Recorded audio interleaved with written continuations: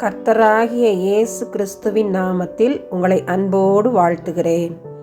இன்று ஆண்டவர் நமக்கு தரும் அற்புத வார்த்தை ஆதியாகமம் 50:20. தேவனோ அதை நன்மையாக முடிய பண்ணினார். Genesis 50:20. God intended it for good. அன்பான சகோதர சகோதரிகளே, யோசேப்பை அவனுடைய சகோதரர்கள் பகைத்தார்கள். யோசேப்பு கண்ட சொப்பனத்தின் நிமித்தம் இன்னும் அதிகமாய் பகைத்தார்கள். சொப்பனக்காரன் என்று கேலி செய்தார்கள். தங்களை தேடி உணவு கொடுக்க வந்த யோசேப்பை அவர்கள் அவன் உடுத்தியிருந்த பலவர்ண அங்கே கழற்றி போட்டு ஒரு ஆட்டுக்குட்டியை அடித்து அதனுடைய இரத்தத்தில் தோய்த்து எடுத்துவிட்டு இவனை குழியில் போட்டு இஸ்மவேலரிடம் எளிய பணத்துக்கு விற்று போட்டார்கள். யோசேப்புக்கு அவனுடைய சகோதரர்கள் தீமை செய்தார்கள். அநேக உபத்திரவங்களின் வழியாக யோசேப்பு உயர்த்தப்பட்டார். எகிப்தின் பிரதம அதிகாரியாக அமர்ந்திருக்கிறார். எல்லா நாடுகளிலும் பஞ்சம் காணப்பட்ட போது எகிப்திலே யோசேப்பு தானியம் இருக்கும் குடோன்களை திறந்து எல்லா நாட்டு மக்களுக்கும் தானியங்களை விற்கிறார். யோசேப்பின் சகோதரர்கள் அவனை தேடி வருகிறார்கள்.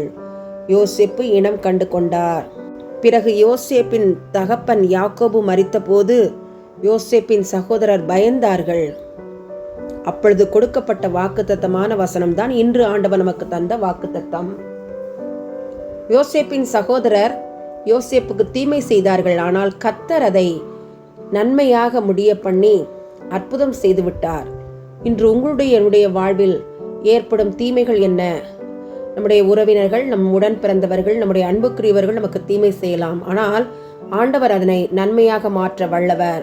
முழு மனதோடு விசுவாசிப்போம். இந்த வசனத்தை அறிக்கையிடுவோம். கர்த்தர் அற்புதம் செய்வார். ஆமன்.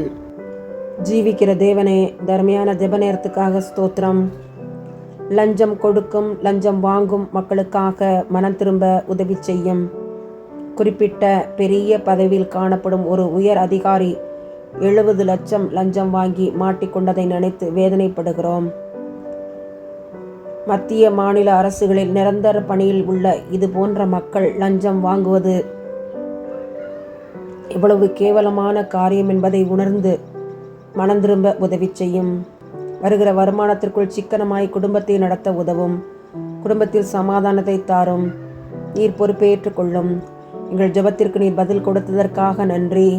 இயேசுவின் மூலம் ஜெபிக்கிறோம் நல்ல பிதாவே. ஆமன், ஆமன்.